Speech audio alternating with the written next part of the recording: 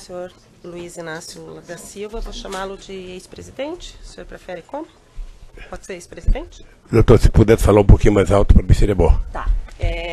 Posso chamá-lo de ex-presidente? Pode. Tá. Então o senhor sabe do que está sendo acusado nesse processo, Não. né?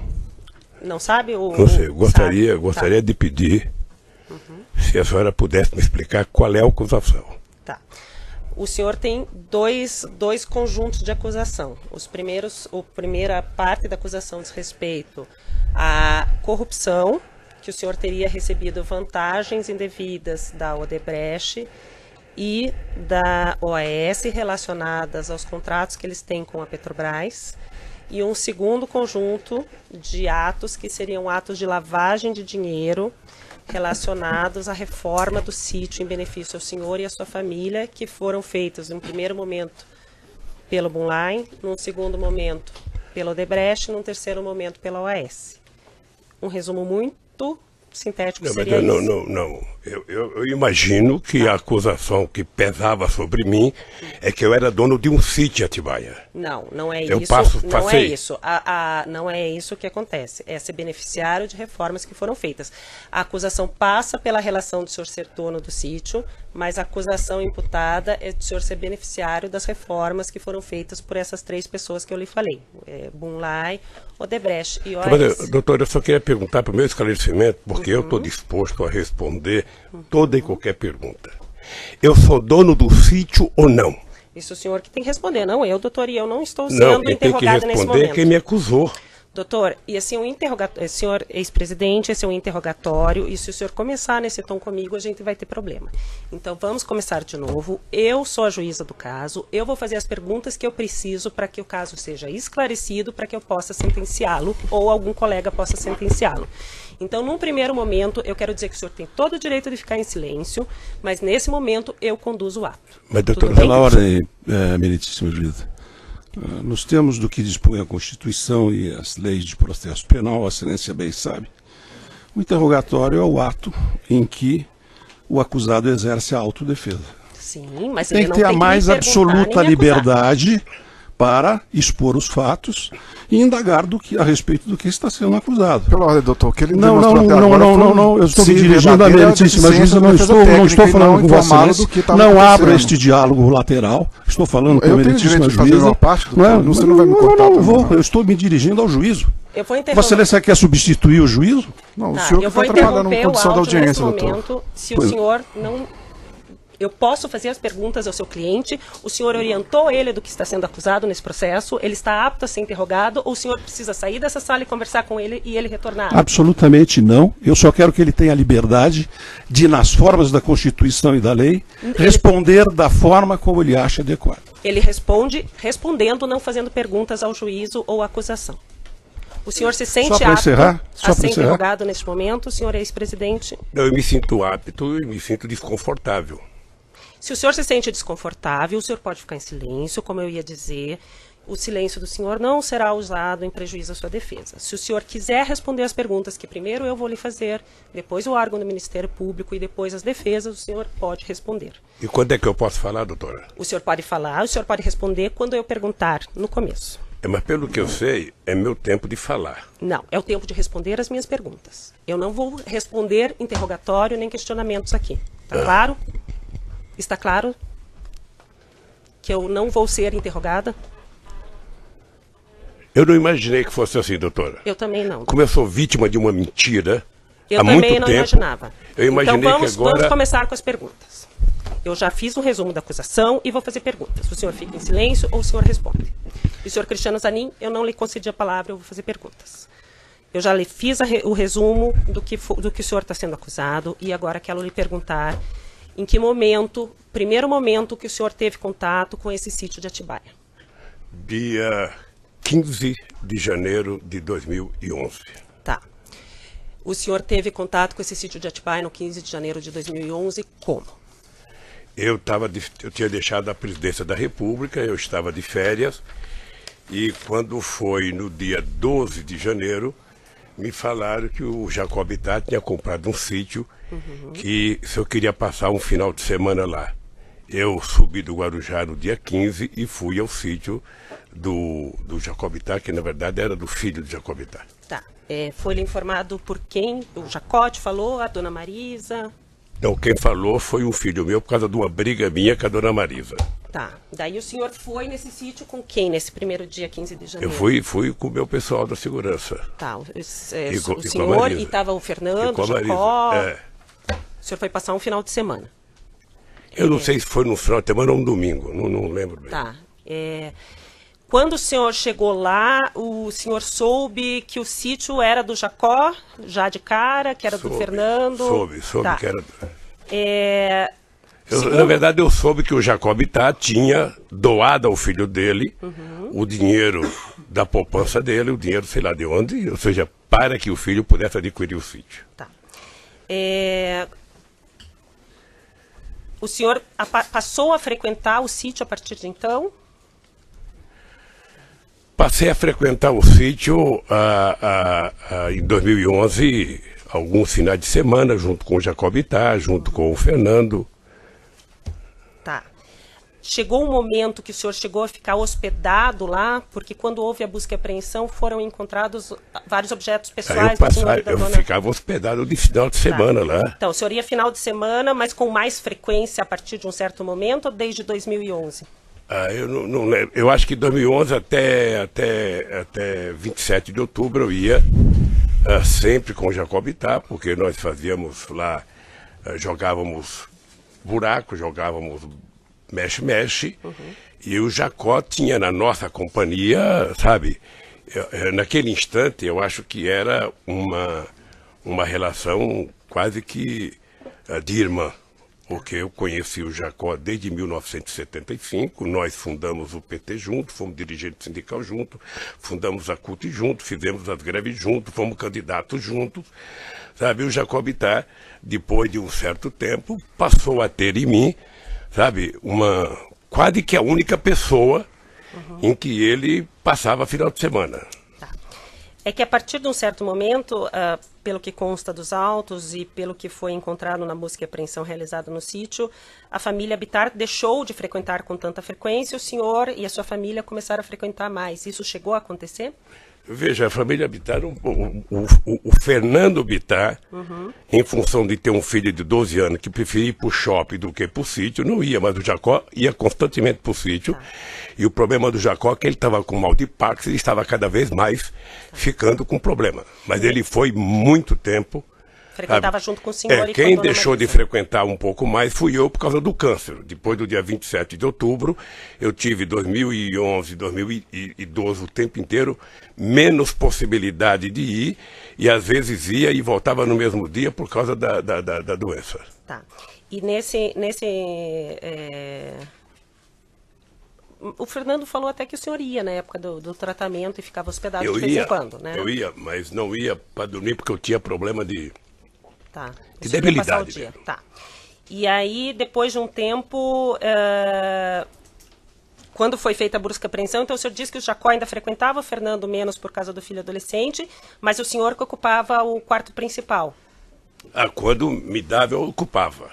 Mas tinha os objetos pessoais estavam lá. E isso era uma deferência que eu recebia tanto lá na chácara, quanto eu recebia no Palácio da Rainha da Inglaterra, no Palácio da Rainha da Suécia, em vários lugares que eu frequentei, inclusive no Kremlin, sabe? Eu tive o prazer de ser convidado a dormir no Kremlin.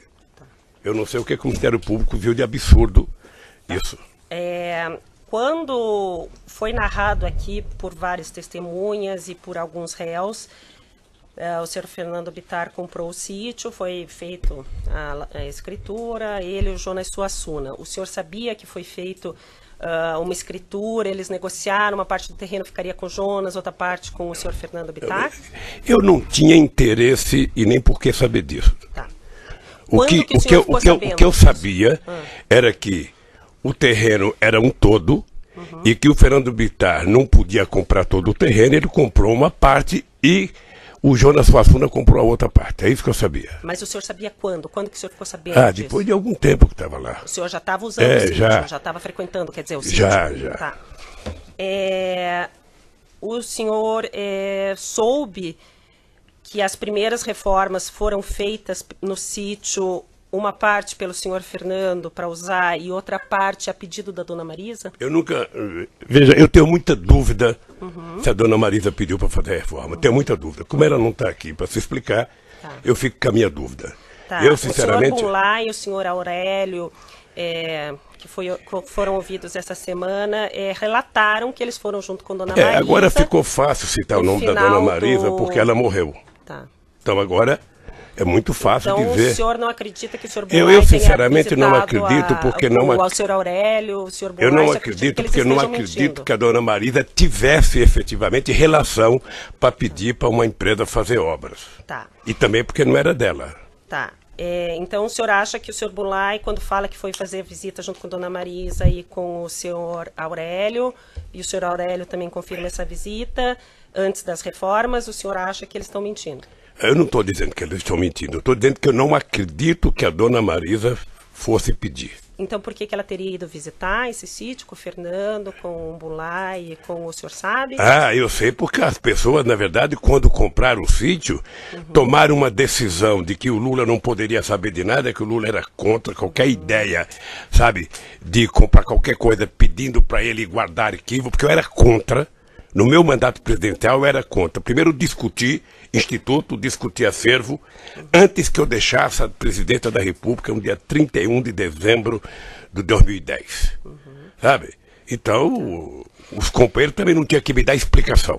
Então, mas eles fizeram... O senhor não soube e duvida que a dona Marisa tenha falado com o senhor Bunlai pedindo para reformar alguma coisa no sítio? Eu sinceramente duvido. Eu sinceramente duvido.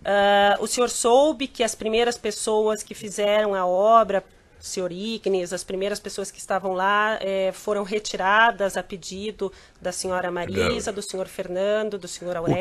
O que eu sei das reformas, na verdade, foi depois da imprensa.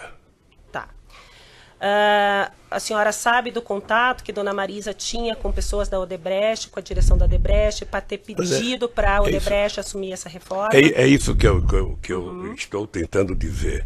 A Marisa não tinha, no meu conhecimento, nenhuma relação com a Odebrecht. Mas nem em eventos sociais ela não tinha contato com o senhor Emílio, com o senhor Marcelo?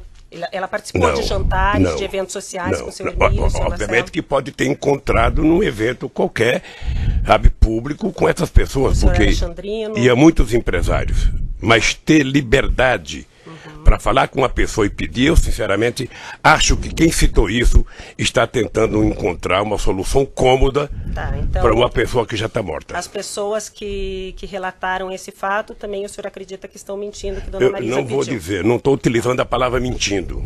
Eu só estou dizendo que não acredito que a dona Marisa tenha pedido.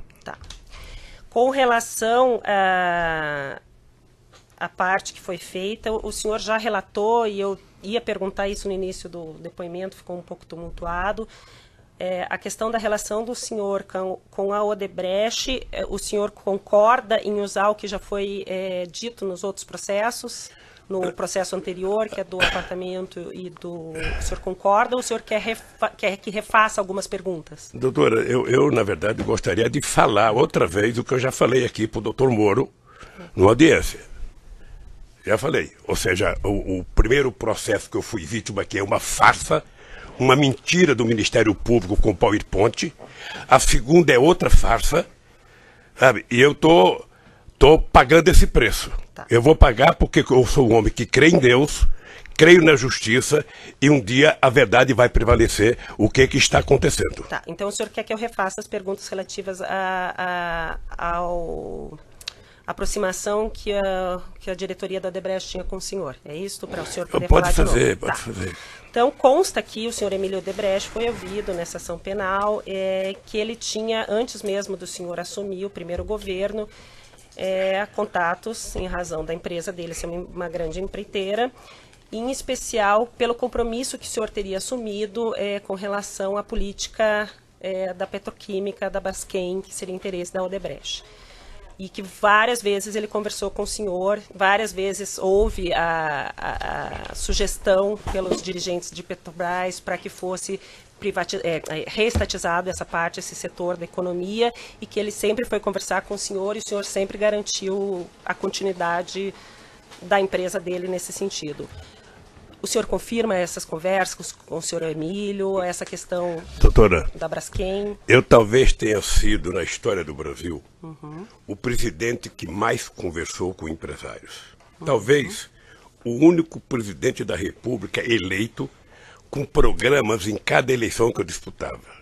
E esse programa de governo era feito ouvindo desde os mais simples trabalhadores aos mais importantes empresários, passando pela Febraban, representando o sistema financeiro, passando pelo sucro alcooleiro, passando pela indústria de óleo e gás. Eu, quando construía um programa de governo, eu construí um programa de governo para o Brasil e não para mim.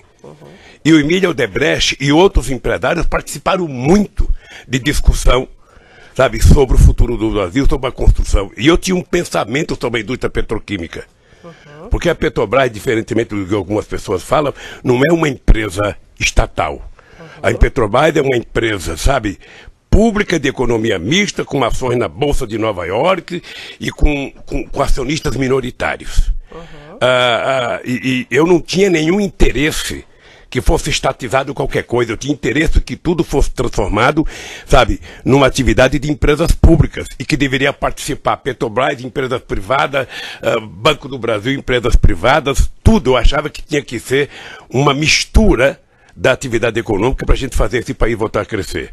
Mas como o ideal era tentar mostrar que a empresa Petrobras era pública e que o Lula mandava na Petrobras, sabe, se criou um monstrengo de dizer... Mas eu nem perguntei da Petrobras, eu perguntei especificamente das conversas que o senhor Emílio disse que teve com o senhor a respeito do medo que ele tinha que a petroquímica Braskem fosse estatizada. Eu tive com ele e com todos os empresários brasileiros, inclusive todos eles participavam do Fórum Econômico, do Conselho Econômico e Social que eu criei, onde participavam os maiores empresários do Brasil, e nós discutíamos desde política tributária, a política social, a política de investimento, a política externa.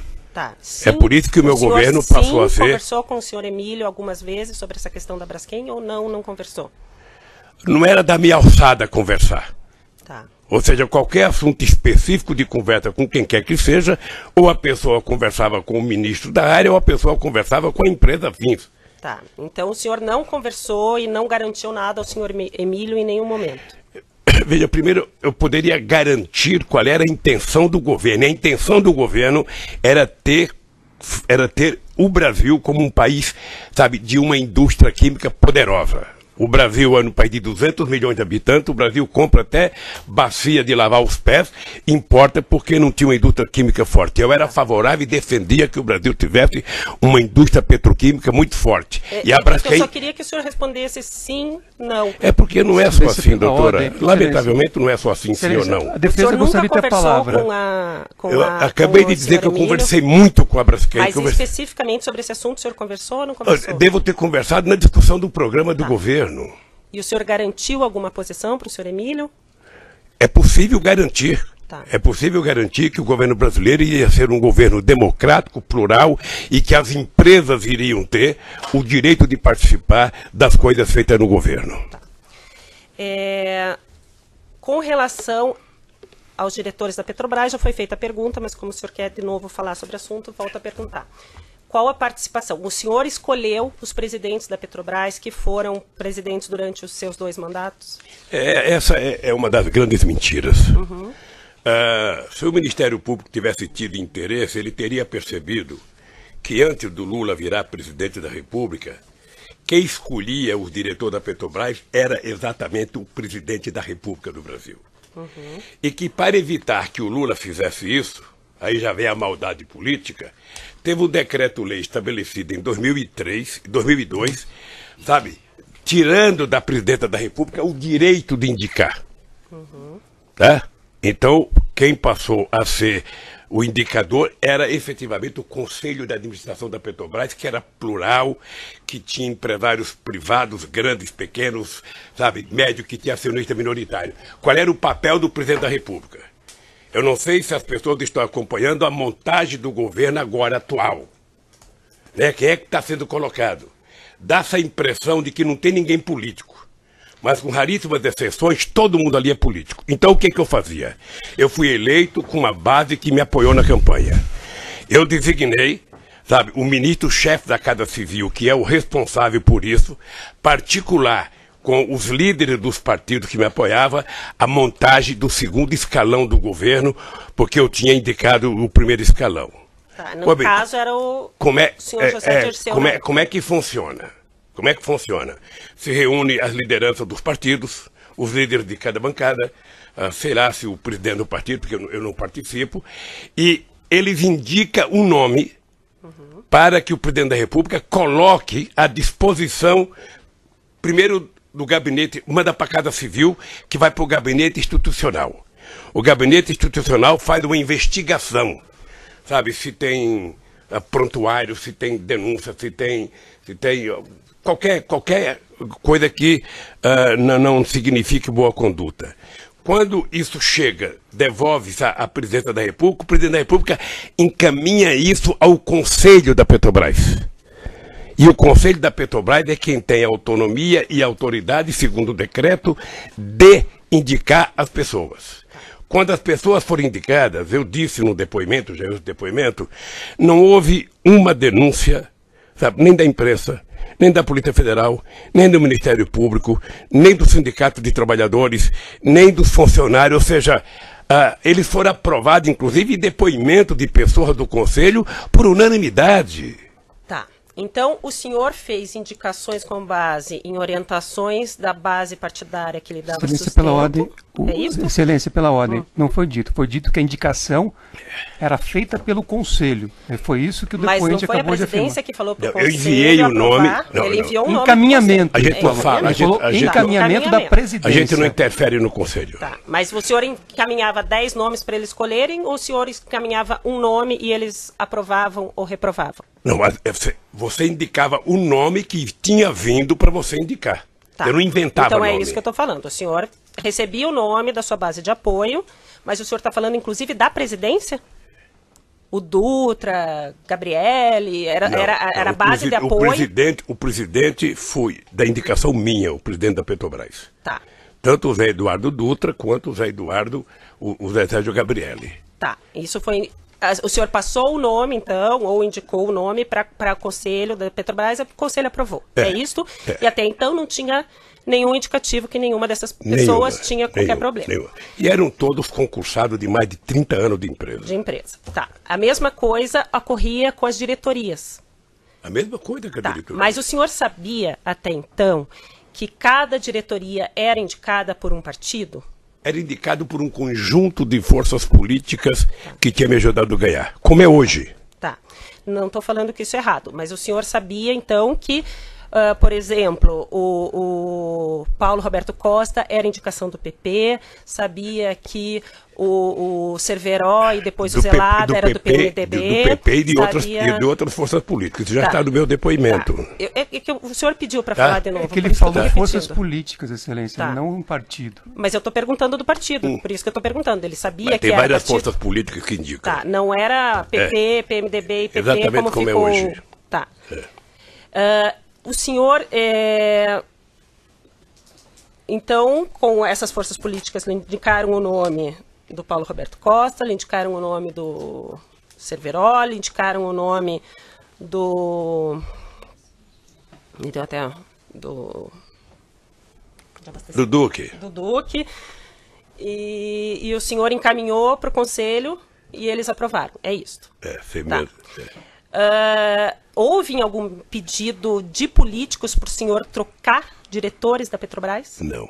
O senhor nunca recebeu pedido de político dizendo assim, esse diretor está me dando problema, a gente precisa, o nosso partido está tendo problema com esse. O senhor nunca recebeu? Nunca. O senhor foi repassado pelo chefe da Casa Civil na época, ou no segundo momento pela senhora Dilma, alguma informação de que algum diretor estava dando problema com a sua base de apoio? Não. Aquele fato narrado aqui na denúncia de que houve, antes da indicação do Paulo Roberto Costa para a diretoria da Petrobras, uma obstrução na Câmara dos Deputados. O senhor tomou conhecimento, sabe falar alguma coisa a respeito, ou quer repetir alguma coisa a respeito disso? Deixa eu dizer uma coisa, doutora, é que a pessoa que contou esse fato não merece da minha parte, meio centímetro de respeito. Porque se tivesse acontecido um bloqueio de votação na Câmara, o governo tinha um coordenador político, que era ministro, que mantinha relação com a Câmara. Esse coordenador político tinha contato com todos os líderes partidários. Além disso, o governo tinha, naquela ocasião, a presidência da Câmara. Além disso, o presidente tem o líder do governo dentro do Congresso Nacional. É muito sistemático que eu nunca tenha ouvido falar de que houve obstrução para aprovar o nome. Então, o senhor nunca foram para o senhor falando que teve problema e que estavam obstruindo votações na Câmara? Eu, graças a Deus, nunca tive obstrução no Congresso por nenhum projeto. Segundo consta aqui na denúncia, dentre as várias reuniões que constam na sua agenda com o senhor Emílio Odebrecht, há uma reunião no dia 30, no penúltimo dia do governo do senhor, 30 de dezembro de 2010, que o senhor teve uma reunião com o senhor Emílio. O senhor confirma essa reunião? Não teve reunião, doutor. Tá, mas está na sua agenda. Não teve reunião. Fui eu que contei que houve uma conversa. O Emílio pediu para ir ao Palácio para que ele pudesse apresentar o Marcelo à presidenta Dilma. Foi isso. Eu estava na Bahia, regressei da Bahia, que eu estava inaugurando um programa votacional, e o Emílio esteve no Palácio por volta de 5 horas, quase, já era final, já era véspera da posse da Dilma, tinha poucos minutos para qualquer contato político. A conversa foi muito rápida, sabe? Mas não foi uma reunião em que você senta numa mesa e conversa e discuta até um assunto. Dentre os documentos juntados no processo pela defesa entregues ao Ministério Público pela defesa dos executivos da Odebrecht, consta uma pauta que o senhor Marcelo teria passado ao pai de assuntos a serem tratados com o senhor. Isso já foi te perguntado, né? Já foi perguntado para o senhor antes, mas dentre os assuntos estava sítio 15/1, que é a data que o senhor disse que conheceu o sítio, né? Coincidentemente, a data que o senhor disse que conheceu o sítio estava nesse e-mail que o senhor Marcelo mandou para o pai para conversar com o senhor nesse dia 30. O senhor Emílio, ouvido aqui em juízo, diz que mencionou ao senhor, ao final da reunião, que o sítio estaria pronto no dia 15 e que o senhor não esboçou nenhuma reação. O senhor... Porque eu não sabia, doutora. Tá, mas o senhor se recorda do senhor Emílio ter falado? Eu na verdade, não lembro. Eu vi o Emílio no depoimento, vi até pela televisão, o Emílio dizendo, dando um sorrisinho sarcástico, de que, olha, eu até lembrei e falei com o presidente, o sítio está pronto, ele não me respondeu nada, eu pressupõe que ele conhecia. Tá. Ele poderia ter pressuposto que eu não conhecia. Tá. Porque se eu conhecesse, eu ia dar um abraço dele, obrigado, doutor Emílio, que maravilha que o senhor fez. Tá. Então, o senhor não se recorda disso? Eu não me recordo dele ter falado. E também, se tivesse falado, para mim não significava nada, porque eu até então era analfabeto de sítio. Tá. Segundo os dados... Quantos minutos que tá? 28? Ainda dá mais um pouquinho. Segundo os dados do processo, a Odebrecht fez uma reforma no sítio em que teria gasto R$700 mil. Ninguém, naquela época, nem comentou com o senhor a respeito dessa reforma? Não? Não, porque quando eu conheci o sítio, ou seja, o sítio já não tinha reforma, o sítio estava pronto. Tá. Os executivos da Odebrecht, o senhor Alexandrino e outras pessoas falaram que existia na época uma conta junto com o PT de propinas que eram recolhidas nos contratos públicos celebrados da empreiteira com o governo, ou estatais, ou direto. O senhor, em algum momento, teve conhecimento disso enquanto o senhor era presidente ou após a presidência? Na verdade, doutora, essa é a senha que foi criada no PowerPoint. É por isso que hoje eu vejo as pessoas falar, não, porque foi do Caixa Geral, qualquer coisa é um Caixa Geral, qualquer... Quer dizer, é que se construiu uma mentira, eu não sei se do empresário, de quem quer que seja, e passa a tentar jogar nas costas do PT, sabe, a responsabilidade por tudo o que aconteceu nesse país. A única coisa que eu tenho a tranquilidade é dizer que eu não sei quanto custou, quanto gastou, quem fez, por que fez e o que fez. Tá? Eu vou quem pode dizer isso é quem é o dono do sítio. Tá, eu vou interromper o áudio.